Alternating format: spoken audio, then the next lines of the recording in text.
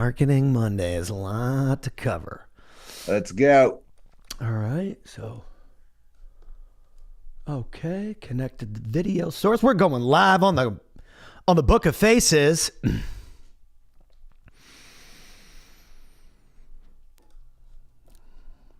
All right, we're rocking and we're rolling. Yep. Ladies and gentlemen, welcome back to Marketing Monday. It's your boys, Pat and Zach. What's up, Coming Pat? How to you doing? live.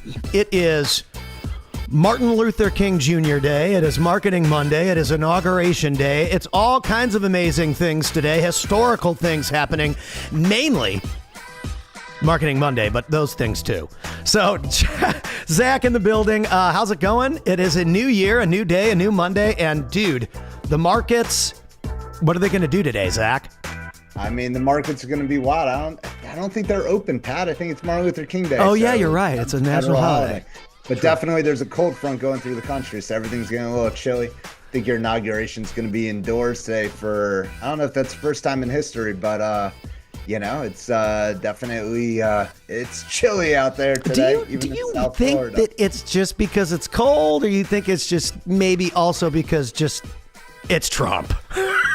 Hey, I mean, didn't he claim to resolve global warming in his last? Oh man, that guy, he's claimed to resolve a lot of things in his career, and I don't know that. I don't know. I'd have to look at a track record of what actually happened and what didn't. But one thing I do know is it's Marketing Monday. So what do we got on the hopper today? Oh, well, there's a lot to be said for, just the day of today, a lot of things going on, but I think there's a lot, along the lines of just free speech and what we do as Americans. But, some of the topics to cover of like interesting news over the past week. Drake sues his record label. Essentially, there's a lot of editorial out there as to, and this was in the Wall Street Journal, the cancel culture. The real Mark Zuckerberg essentially reprogramming himself, repersonifying himself, bringing out a new identity. And then AI, big push at Google right now. And then there's the vertical video format that X will be pushing, and, a number of other players in the field, as we saw TikTok actually banned or off the jumping in on that vertical video bandwagon. Yeah, I think your videos. So, speaking of video, really I think your video. I think your video's frozen. Record label, yeah, but it'll come back. My video's frozen. Yeah, it's being funny. I can see myself. I can see you, and by the way, you look great. It's just a still image of Zach right now. There you go. Oh, there it goes. Now you're back. So vertical video, and as someone who's a producer, and that's how I got discovered, was 30-second videos on Instagram way back in the day, 2016, 2017, by Gary Vee and Grant Cardone. Way before all you guys knew about Gary Vee and Grant Cardone, Pat was making them videos because way before you knew about Pat Hilton, right? Way before you knew about Pat Hilton, he was making videos. I saw a digital revolution happening, and I knew I had a skill set that could help people. And I describe what I do as I'm just a wheel in your machine, because I think that so many people have so many great ideas and so many great knowledge sets. And I don't ever want to impose my views or my style on somebody else. I want to let them be creatively free, because that's how they're going to come out with and produce and record the best things that they can possibly do. And I think this is why record label, great example.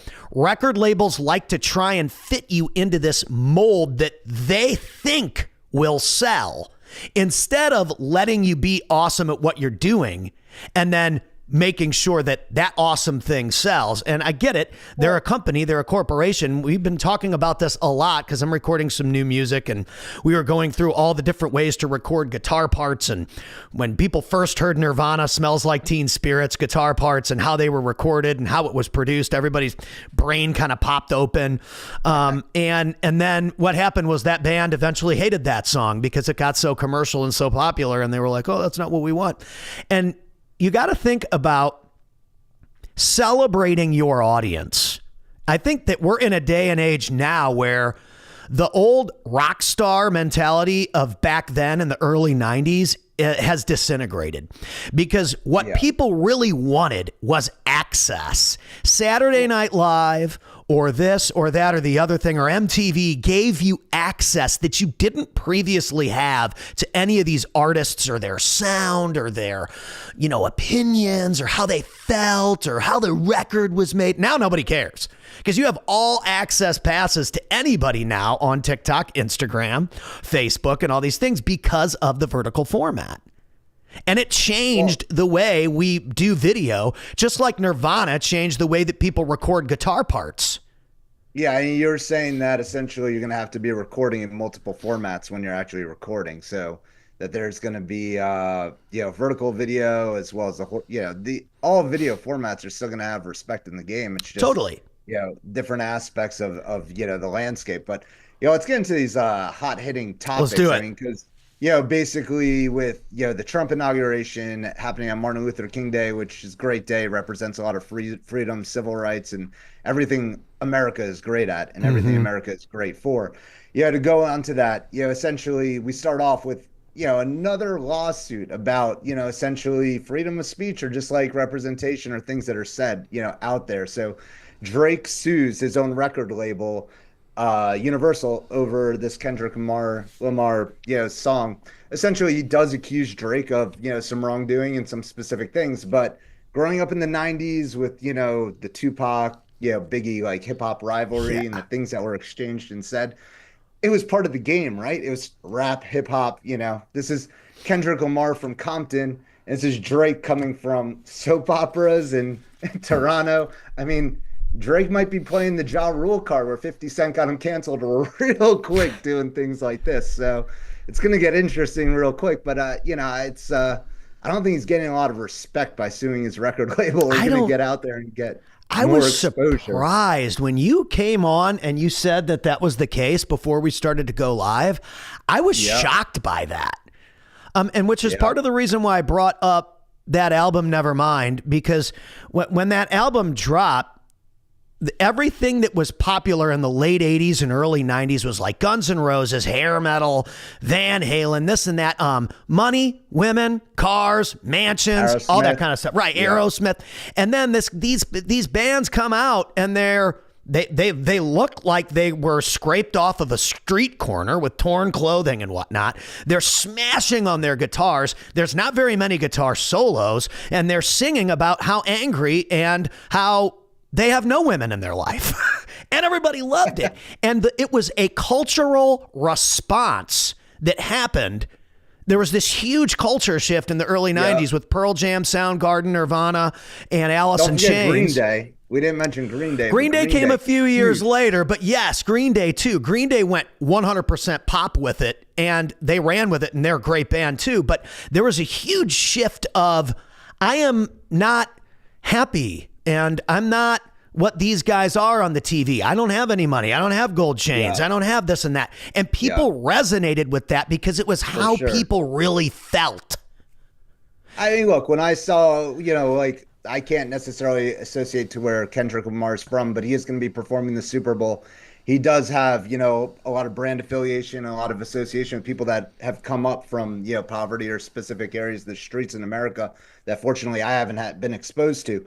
But when he calls out Drake as being not like us, I mean, look, there's definitely a reason he's making the call out. And he, like I said, he's on the rise. He's one of the top performers right now of the hip hop culture of our time. And for Drake to get called out and sue his record label over it, it's just a sign of the times, man. It's like he should have just let it slide. He should have, maybe fought back a little or bit. Or take him up in the booth. Take it up in the booth, bro. The reason why I brought up those other bands is because there was a little bit of a feud between Guns N' Roses and the Kurt Cobain. They were kind of butting heads. He was like, those guys aren't even real rock stars. And it was like a big controversial thing. He's like, dude, those guys aren't real rock stars. They go up there and wear girl clothes. I mean, look, Nirvana was definitely, they created a whole nother, area of our Everything culture that we had changed. never even seen. And the reason why I brought it up is because Seattle punk, right? yeah, but we Washington. just don't see that kind of a culture shift anymore. Since I've been alive, I haven't seen a culture shift like that since I was a kid. Right. I mean, I do think that there's still rock stars that, look, Green Day is very interesting, right? Because Totally. they've actually taken a political stance with their ability to move music, and they're definitely, I would say, more of like a liberal positioned rock band. They are. It's interesting is Mark Zuckerberg, who we'll talk about later on, who's now moved completely right. Actually, I think he had Green Day at his wedding, and Wow. he is really good friends with Billy Joe. There was a picture of them the other day. But it's very interesting because, essentially Green Day, they stand for something. They haven't really flip-flopped, like a politician. They always have. Numerous directions. They've always stood for what they believe in. And I think when it comes to music and artistry and freedom of speech, they're going to have to start to cut some slack. Otherwise, the media and the media and public journalism is just not going to be able to do their job. So I think like the court system and where you find that fine line of like modern day poetry, music, getting messaging out there really has to find its place in society to where we can hear expression, especially as, we're going to, things are going to be rolling down from, filter perspective. And that we can see, both sides of a message or essentially what people are getting out there. It's a very interesting time. Yeah, and I think that what we're seeing, the reason why I brought that up is because I think, personally, over the last 3 or 4 years, we've seen a huge shift from taking that normal format that you used to watch your favorite music video as this format, and you still do, by the way, but it went like this. And people, artists especially, and what was my example? I had an example. Yeah, Lil Nas X. Now, people might not like him. I'm not that like his biggest fan, but the guy marketed his song, the Dirt Road or whatever song, brilliantly. He took a clip of it and had a challenge on TikTok, and it went super bonkers viral. So now, and I love that you brought up Universal, because Universal is actually they work with NBC. NBC is Universal. And I didn't know this as a kid, but looking back on the Nirvana thing, there's a reason why I brought that up. I remember thinking to myself, how could a band like this become so commercial? And it's because they got signed to Geffen Records, which is a conglomerate of Universal, and Universal said, you're going to be on Saturday Night Live. And so they had the machine behind them. And as much as they didn't want to be corporate rock, they were corporate owned. Hey, it gave them the roads, the path to get. I'm glad they there signed the and deal, it. because we never would even be having this conversation potentially if the album didn't sound like a radio album. But my point is this: you have to figure out how to package your stuff in a way that gets people to buy it at a huge level. And when it comes to the Kendrick versus Drake thing, I don't know how well Kendrick has sold. I would guess not as well as Drake. I mean, look, the fact is that there's a different path to, financial freedom as an artist these days, right? Correct. It's not necessarily going out and selling a bunch of albums. No way. That time is gone. Things, performing live shows, which, is awesome as a fan. Like, we all want to see more live performances. So that's great. Endorsing products and, definitely having a live social feed and being able to utilize that, to get their message out there. Performing the Super Bowl show, I'm sure definitely has totally a nice huge. It's a Kendrick Lamar's got that and a lot of exposure, and there are ways of getting paid per play. So, long story short, I'd love to see him battle it out. I do too. The art form, not necessarily the courtroom, but I guess that was my point. Drake might see his career going like this and be like, I'm going for one last grasp, because he's going to burn his record label and he's going to, kind of That's smart to sue your own guys. Like, hey, man, what's that? Suing your own guys. I don't get that. No, I don't get it either. I don't get that one. Drizzy.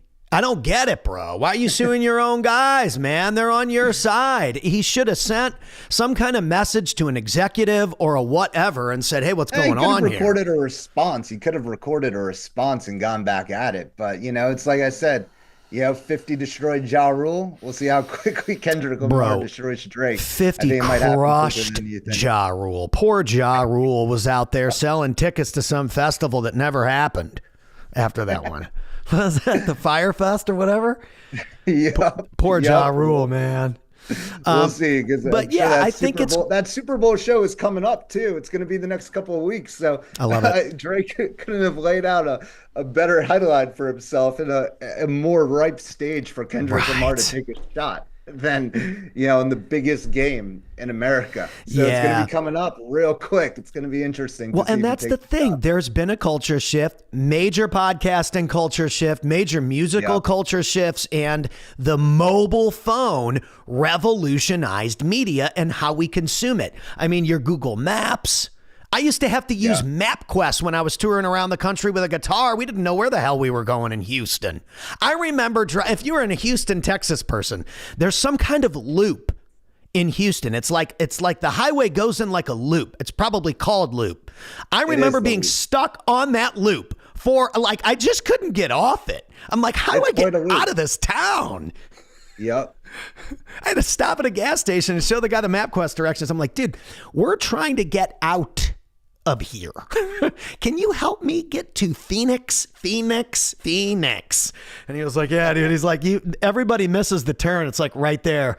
And so he showed me where to go, but it was just kind of funny. But that was back in the day when you had to have Universal and you had to have NBC, and you don't anymore. I mean, You look, just don't. there's still a lot of things to be gained from working with organizations. Oh, like I totally agree. and definitely getting on their radar or like allow. That was what I was going to say. That was what I was going to say.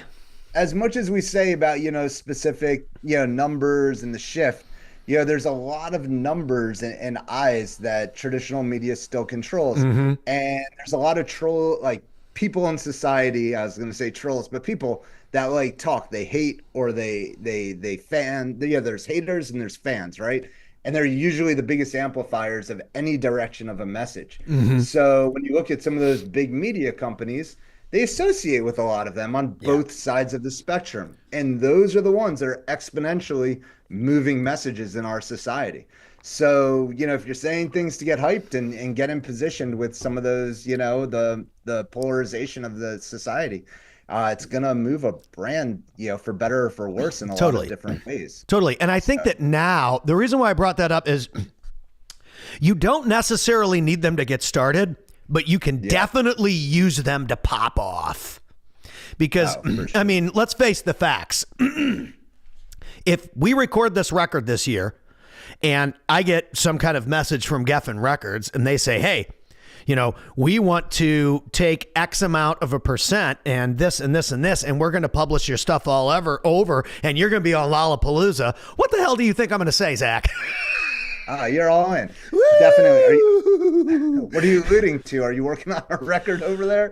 Yeah, we have a 10-song album coming out. The new Pat Hilton album is coming out this year. Absolutely. Nice. And it's so funny because now you play the guitar into the computer and you can just click on Alice in Chains amp or Nirvana's amp or Rage Against the Machine's amp. It's not like it used to be where you had to like put microphones into the speaker to like get the core of the bottom end. No, dude. You just plug right into the computer and then you click a button and it sounds just like them. Isn't that crazy? That is crazy. The one-man band of our time, what was his name? Beck? Beck yeah, he's good. That guy's a hell of a writer. And he's had a hell of a career in music. He has. To keep moving through, some of these topics of just, what we're seeing, and just published content out there. So the cancelization of the cancel culture. I mean, you're going to see a big shift here. Essentially what's also interesting is there's a lot of lawsuits happening over, essentially what, some would deem free speech or the press or media attempting to cover information. You've had a lot of big name lawsuits where that's actually been happening, including this Drake lawsuit. There was also Trump against Stephanopoulos for, making a misquote on some allegations. And then you also had the Dominion voting systems where they essentially went up against Fox, for essentially, questioning the voting system. But all of this is very dangerous waters as we start to move forward because, essentially, if people can't be publicly, utilizing free speech and, essentially taking a media position, you're going to lose some investigative journalism. You're going to lose some of that freedom of the press.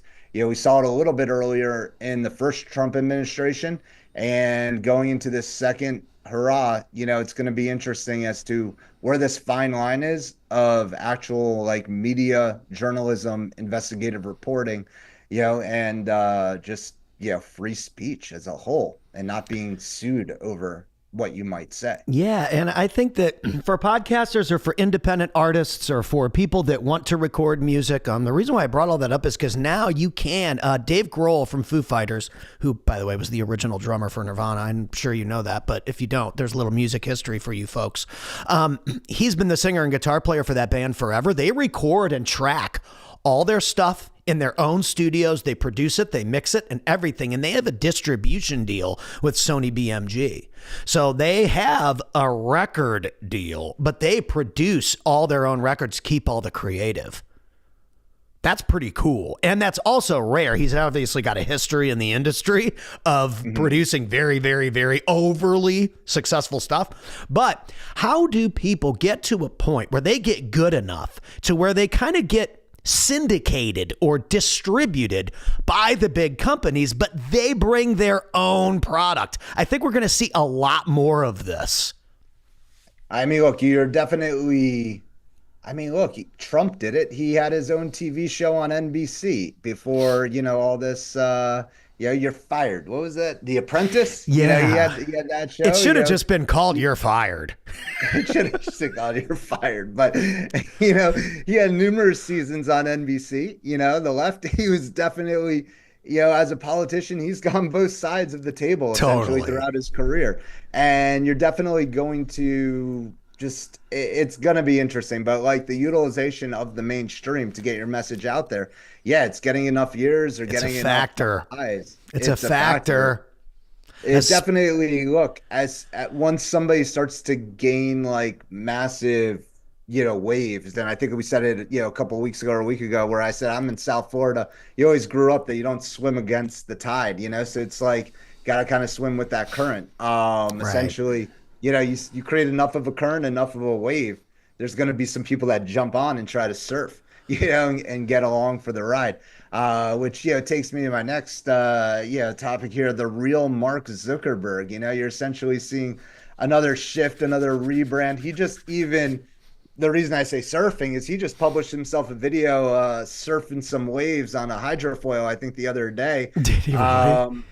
Yeah, and I'm gonna go find it. You're looking it up there. Yeah. So essentially, Zuckerberg's creating that new rebrand. You see a lot of personas out there that create like PR push and this evolution. What's the song he's surfing to? There's some symbolism to the song he's surfing to. What's the name of the song? It's the name of the song. Pretty sure. I think it says something about it looks like it's a song called Left Hand Free by Alt J. There you go. I don't think he chose that song by random, but Left Hand Free. Well, and that's the cool thing, again, about, this is another great example of what we were just talking about. You can literally use people's famous songs on your Instagram, and the copyright owner gets paid. You can do it on YouTube, too. That's crazy. That is historical. And again, all because of these vertical, like these share videos that people are making. I'm telling you, you guys, if you're not making vertical videos, one of the main reasons why we do the show, one of them is so we can get great clips. The format of the way that we do this allows us to kind of fire off a little better and make it really, really natural and not scripted and not staged, which I think people are enjoying. But number two, it allows us to get these clips. And it allows us to stay super consistent, and it allows us to take what we talk about and distribute it to you daily, right to your fingertips, and bring you value. I think that it's, again, culturally speaking, there hasn't been a media shift like this, horizontal to vertical, in a really, really, really long time. Well, that's on a it's historical perspective. Yeah, I mean, definitely that's the technical, how the artistry gets done. But the shift that we're seeing from a messaging perspective and Mm. Zuckerberg's left hand being free, him coming out and blaming Sheryl Sandberg for the ultimate filters of Facebook and Instagram, and essentially saying that now he's, kind of like even keeled or go leaning a little bit more to the right. It's going to be interesting to see, they say that he has taken the playbook from Elon Musk, essentially. Yeah, they're saying that Musk had a little bit more like risk with it because people weren't as tied as Twitter to X for advertising as they are to Facebook and Instagram. So the Zook has a little bit more freedom as to how far he can push this. But it is very interesting to see him taking such a strong stance and position as a persona and creating this brand and, around this figure, the real Zuckerberg. Because, it's there's just been, MySpace, everybody's favorite first friend was Tom. He definitely he kept to, real conservative and just he doesn't really have a political message out there. But as Zook continues to be this conquistador and wants to conquer more and more, he's taking this political position and he's reinventing himself. Which we'll talk to clients about reinventing their persona or even creating a position for their persona, not necessarily as extreme as what you see going on with some of these tech tech leaders, but essentially creating a path, creating a persona, and creating an image is definitely in the playbook of public relations and marketing and advertising. And what's interesting that we see today is companies and organizations are very much tied to the principles can really have an impact. There's a lot of people that I think are like demyth their, I don't know exactly how you say it, but like there's a lot of people that have this like this mythical belief of entrepreneurialism where it's like you create a business, you're going to be free to have your own hours and do your own thing. The reality is you become the blueprint, the DNA of your organization, your company. And I assure you, the guys that make it to these extreme levels are out there working, they're out there networking, and they're out there getting their business to the next level. I mean, there's so many, like from Mark Benoff at Salesforce to Elon Musk at Tesla and SpaceX. I mean, all these guys can go sail into the night, but there's something deeper to it. And they want to keep pushing to that next level. Jeff Bezos, he's not retired. It's just not healthy for the mind. They need to keep pursuing and evolving their organizations, their companies to be the leaders of tomorrow. And I think it's awesome to watch them, continue to sharpen their axe. It's awesome. Dude, they're the best. And I think that again, we're witnessing, just major shifts in the way that business is done, in the way that communication happens, and in the way that someone can become a global sensation almost overnight with very little investment on the front end. And I mean, if you got the back end set up, I mean, wow, you can capitalize big time on eyeballs. And I think that even with the Hawk Tuah thing, I remember we were talking about how big Hawk Tuah girl had gotten, and then she came out with some meme coin or something and blew it all, correct? Yeah, I mean, did you hear about that? Herself real quick, but there's definitely, I mean, look, there's a lot of propaganda and PR positioning that gets people to the next level. She could come back and reinvent herself, if she plays her cards right. But definitely, there's a lot of people that don't know about the meme coin thing. If she just continues to blaze her path, that's what I find very interesting about media today. Whereas, Google results could be solidified and really were hard to shake in a lot of situations. Whereas, over the past few years, it's really just been a constant momentum shift of content and information will essentially repolish or position your brand and your media as to where you want it to go. Yep. So I always highly encourage clients to get information and content out there and do it on a frequency basis because you want to build that moat and you want to build that, essential like messaging of who your organization is and what you represent. And you want to make yourself available. I think one of the things that people struggle with, and again, I come from the music game, so it's like the hardest thing to do, no matter how good you are, is to just get people to see it and hear it. And it's nowadays it's like you've got a better shot, but nowadays there's way more competition than there's ever been. Hey man, it's humanizing, right? We're still dealing with humans. We're still, Hmm. it's like it's professional sports. As a kid, I grew up going to a lot of Major League Baseball games, and yeah, half of the fun was showing up early to get autographs and Right. to, mess with the players and have a good time and get out there and get a baseball or two and interact, and that's when you humanize and you interact, you create fans and you create fans for a lifetime. It impresses upon Mm. people at a young age and it carries through. I think that's part of why you see some polarization in society is people are positioning themselves as, some form of elite and that they don't even want to like associate with specific people. That's a bunch of BS in my book. And Mhm. essentially, you got to be a man of the people, or You a woman of do. the people. You Well, have to. hey, that's your boy Morgan and Morgan for the people, right? Yeah, I mean, he's a man of the people. He's humble and he's out there and he's still getting his message out there. He could have sailed into the night a long time ago, whereas, we do see some, firm owners that want to be invisible. The reality is you can't become invisible and be great. Mm. There's no invisibility to greatness. Trump is still out there working and he's working the hardest job in the world right now. So, if he ain't hanging up his hat, there's a lot to be said for putting your persona out there and continuing to be a man of the people. That's Just as you awesome. said, John Morgan is. It's critical in building a big brand in a big business that's going to carry forward Well, for and that's sure. why everybody knows who they are. Well, to take a leap here, let's move from people to AI Okay. because we talk a lot about how, AI still can't really function without, people, but there's an interesting battle here in the tech world right now for the AI landscape, and a lot of people are, I think, designating it as the chatbot world. Mm. Whereas personally, as an AI user, I don't see ChatGPT as a chatbot. I mean, I see it as like a problem solver. Like there's a lot of other like adjectives or like ways to like describe the power of what AI is doing. I guess when you were, essentially branding a search engine, you would brand it as a search engine. But I think to brand AI as a chatbot function, when I think chatbot, I think like you go to a website or you're in Facebook Messenger and something starts chatting with you. That's a chatbot. Right. When you're talking GPT and Claude, I think you're talking like problem solver, time collapser, you know, get you to the next level quicker. There's a lot of ways and things that I don't think we found a word to describe the power of what, powerful AI can really do. And it's not a one-stop shop. Like there's multiple layers, as we've talked about, to AI in every industry and vertical.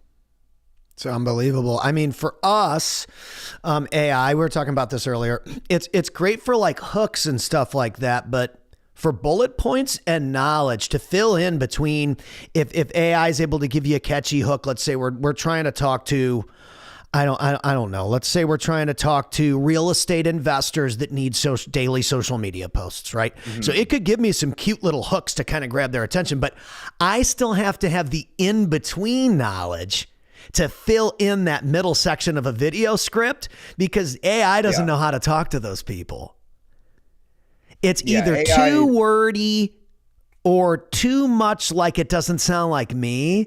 And I think that people can pick up on that. And Neil Patel, and I said this before on the show, Neil Patel has done research with Patel Digital and said that, I mean, out of thousands and thousands and thousands and thousands of posts that they've researched, the human posts on the internet, video wise, copywriting wise, text wise, whatever, outperformed the AI. I mean, definitely, but the AI probably might have essentially helped with the initial scripting Totally. of it, and then Totally. the human came through and filtered and evolved it. I It's all mean, about how I you did use it. I did a photo shoot like a photo video shoot when I was up in New York City, and I was sitting there, coming up with ideas of places to go and check out. And I was like, you know what? Let me just throw this in GPT and say, hey, what are some great spots to go film some media content out Mm, in Manhattan? And it gave me great ideas yep. in a matter of seconds. And then from there, I went, printed it out, and then filtered that list down, added a few places that I liked that it missed, and essentially went on my way. And Amazing. it saved me hours of work. It's worth 20 And bucks. I don't think it's about the $20. I don't think it's going to be about the $20. No. Essentially, At these stages, there's a lot of AI out there that's priceless. That's worth thousands of Oh, bucks a month, totally. They're giving it away at 20 bucks, but it's like essentially like access to the internet. Remember when that was 20 bucks Oh, and charged you by the man. minute at America Online? Or It'd be maybe like I'm just aging myself. America Online, Prodigy, that was like a business model. Charge you a flat rate for the month, give you a set of minutes, and then little charge you an Netscape additional. navigator. Oh yeah, man. Little Internet Netscape. Explorer, way back. I think we're aging ourselves Is talking is about. Internet Explorer still around? Do they still use it? I think it's called Edge right now. I think Oh, that, it's Microsoft Edge. I actually yeah, like that better. I like hey, that better. But yeah, I mean, again, I mean, these tools were around. I remember when you could first read a blog about pro wrestling, and we'd go read the blogs and stuff like that. I mean, we're goofball kids. There's so much more opportunity now for people. The access is there. Back in the day, like I said, people would pay for the access. Now you can give people unlimited access for a price, and you can charge for that. And I think that, especially when it comes to media, whether it's music or podcasting or content or streaming or gaming or whatever you want to be known for, business, yeah. you give it away for free now, and then you sell something on the back end. Like you Well, said, a yeah. performance or a call or consulting or a mastermind or a service or a product or whatever, but you give something away first. And again, this all still kind of goes back to music industry days where we're going to let you listen to the free single. We're going to put the single up on MTV. We're going to put it all over the radio to create a fan base, and they're going to buy the record, buy the poster, buy the tour, Yeah. buy this, buy that, buy the other thing. And once that became digital, it was like, oh, great. Well, now what do we do? Well, you got to be more than just a guitar, man. 50 Cent made $1 gazillion on vitamin water. He made more money on vitamin water than he did rapping. But that For sure. brand recognition of 50 Cent, everybody knows 50 Cent. When he was on the Into Club music video, he was in incredible shape in that video when he first He came still out. is. He is, yeah. But definitely, I think in the Super Bowl a year or two ago, he reenacted that upside down sit up he did or whatever it was. Pretty impressive. Yeah, dude. But I mean, it's great. essentially, it's just as people have access to information, they have access to those audiences, right? It's like being a creator, publishing content, getting out there. Just as much as people have access to content and information to create their own content, you also have access to audiences to digest your content and Right. become, fans or essentially, clients or customers because they're out there digesting and engaging with different information. So it's like you mentioned wrestling content. You can find wrestling fans and audiences with a simple hashtag or essentially, posting something into their boards. You didn't have that access when the internet first Nope. started. And what we see as social media today is going to be renamed something else. I mean, what you see as how digital tech and digital media is evolving, I would say all these like silos are just essentially merging, and there's a lot of interaction, there's a lot of engagement, and there's a lot of different organizations that kind of just stay their path, but essentially have huge audiences and huge potential for content creators to get out there and start publishing. And I think that what has also happened, I think you've made a really great point there, like Facebook groups and chat, what used to be a chat room has become like groups or communities or X or Y or Z. And they're so accessible now from your fingertips where back in the day, again, the only people that had that kind of a broad audience access was people that had access to the radio stations or the TV channels or this or that. Yeah. But social media, once again, has opened that up. Doesn't mean the TV or radio doesn't work. It just depends on what you're marketing. Correct. Correct. I wouldn't And market my social media company on the radio ever, but I might market my song on the radio. for sure. And hope they get into the Billboard 100. Yeah, you're damn right. Number one. Number one. But there's definitely, it's interesting because we used to have to like wait for a certain time of day to like digest or consume like media or see like the headlines come to life. Yeah. But essentially, people have already seen the content or information way ahead of the main broadcast. I look to the main broadcast sometimes to see unique content or specific video and information that might not be readily available on the internet or a contributor or on some freelance media site.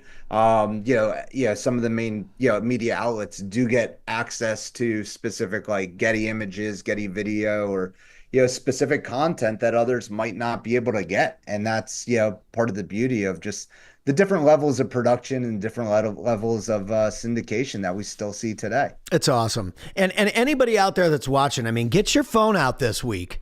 Make a little 15, 20-second video talking to the camera about who you are, what you do, and why it's important for people to be utilizing what you do in their business or in life. Maybe you clean up people's closets and you're really good at helping people get their closets organized. Well, film a dirty closet and then film what it looks like after you cleaned the closet. I think I agree with Gary Vee on this. There is a business model and a passion business model for almost anything on the planet.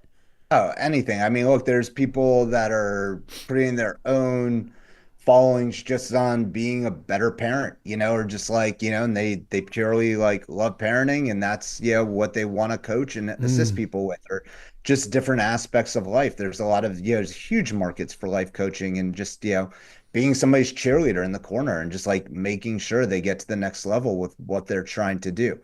Publishing and creating content is one of the most critical factors of what you could be doing to start to garner impressions to build your brand in today's media. And it's also, it lasts forever. When you put something up on the internet, it lasts forever. And we're going to continue throughout this year to touch on the topics that people are talking about. The Kendrick Lamars and the Drakes, or the Trumps and the Elons, or the Zuckerbergs and the whatevers. And I think that it's so important for us to kind of infuse too, like what we like and stuff like that. Hey, I did that earlier. I remember growing up and just hearing this loud, smashing music, and it changed who I was because it was how I actually felt. And I think that if you can hit people where they actually feel it, you're not only going to help that person become better in their everyday life, but you're going to have a staying power with those people, whether they buy anything from you or not. That's how you create an audience and a following now, is by really impacting people in a way that when they're not listening to you or your music or your podcast or watching you on your gaming stream or not watching you talk about business, they're actually better because they've heard you or seen you or felt you, and it's made them better every day. Because people are going through a lot of stuff, man. They always have been. And your ability to connect with that emotion and meet the audience member or that person on their level is so hard to do sometimes, but it's also so simple because it's like... Oh, yeah. And if there's haters out there, just scrap them. I mean, just keep moving forward and just, reprogram what you're hearing and the people that are influencing you. Yeah, totally. If there's somebody discouraging you or talking smack about your first path forward or what you're trying to do, essentially, reprogram who you surround yourself with and just keep moving forward. That's the most important factors. I mean, that's critical in life and getting to the next level, because at the next level, it always gets thinner. There's not a lot of people I'm looking at your to get there. I'm looking at your page here of these reels that we post, and they all consistently do pretty well, probably above average. And over the last few weeks, you've had a couple of them pop. That Morgan and Morgan one's got 217,000 views on Instagram. But it's true messaging. I mean, look, they humbled themselves. They communicate with their audience, and they're down, they connect down to earth in a lot of ways. And that is hard to compete with. That is hard to compete with, a competitor that's out there, not necessarily like, telling you something to just sell you something. Mm-hmm. They're out there to connect with you and humanize the connection and get out there with the messaging that's actually going to help you move yourself to the next level, not moving their agenda. Part of it's their agenda, but it's more important for them to communicate with you as a person and be like, hey, that's someone I'd be interested in having a beer with. When I watched a Matthew McConaughey podcast recently, he goes, at the end of the day, I just want to be that guy that you'd like to have a beer with. So it's there's a lot of truth to that. There's a lot of truth. It's simple at the end of the day. You were talking about people coming into the comments, and the Morgan and Morgan people were so awesome in the comments. They loved what we posted. And then there were a couple other videos where we got a little friction from a couple clowns, and successful people don't respond like those clowns did. Successful people come in, they say, hey, thanks for the share. Hey, great video, dude. Looks like you guys are doing some cool stuff on the podcast. I have never in my life, and by the way, I've played some big, huge business conferences, people that don't know me. When I was a guitar player making $100 in the corner, I played some huge business conferences in front of 10,000 people and stuff. And I never ever met a millionaire or a billionaire in any of those scenarios that told me I sucked, or I didn't have any talent, or my ideas weren't going to work, or that I was riffraff or whatever. They just said, hey man, if you structure your offer like this, it's going to help you make a whole lot more moves in business outside of just being a performer. And that's what you really want, right? As a business. Yeah. So then do this. And I did it and it worked. So I've never met someone that was successful or that did a lot of revenue or that was a successful consultant or coach diss somebody that is out there making an effort to be successful. Oh, for sure. Look, the beauty of, in just even coming up as an entrepreneur is having mentors is very important, right? So, even in today's society, like even if you can't reach a Gary Vee, like you can go study him as if he's mentoring you and literally watch all of his videos and start from his early content to see how his messaging or level of production has evolved from where he was, 10 years ago, and let that tell the story for how you carry yourself forward. But yeah, there's just, this is a very big day today as to I think what we're going to see with, just evolution in media and messaging as we go forward. And, it's gonna be great, man. Yeah, today's a crazy big day. I'm looking forward to it. What else we got on the hopper? Anything else on the list? No, it's just, Martin Luther King Day is very important. It's a huge day in American society, and definitely as long as we all remember our history and can learn from it and move forward, I think those are just some important lessons. Like as we continue to see information and content come out there, just remember where everybody's come from, and that we don't repeat, the bad things that have happened in the past. And I just hope that, as we go forward here, these next 4 years, it's like Dave Chappelle even said, it's your second run at it. Let's learn from what we did and just make it a little bit, let's just make it better, man. Because whether people like you or not, they're counting on you. And that's I loved that. I loved that. And that was the way I always think about a president that comes in. It's the same thing, I think. Because, and I said this before, man, I did better. I caught my stride there towards the end of the Trump presidency and had a great 4 years during the Biden presidency. That might shock some people, but I've never done better than I've done right now. And I think it's because that has zero effect on your ability to create success, whether it's Trump or Biden or Clinton or Bush or Reagan or whoever. A lot of that stuff, it's right here that's going to make you successful. It's right here and it's right here.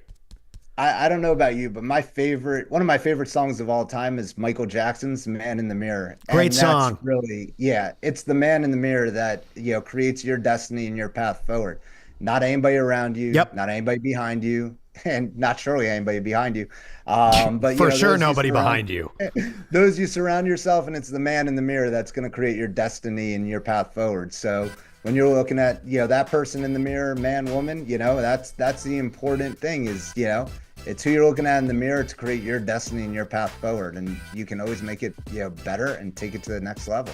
I love it. I love it. Write those goals down. Get yourself on camera. Go out there and make your dreams happen. Ladies and gentlemen, Social Authority Marketing Monday. Pat Hilton and Zach Hoffman in the house.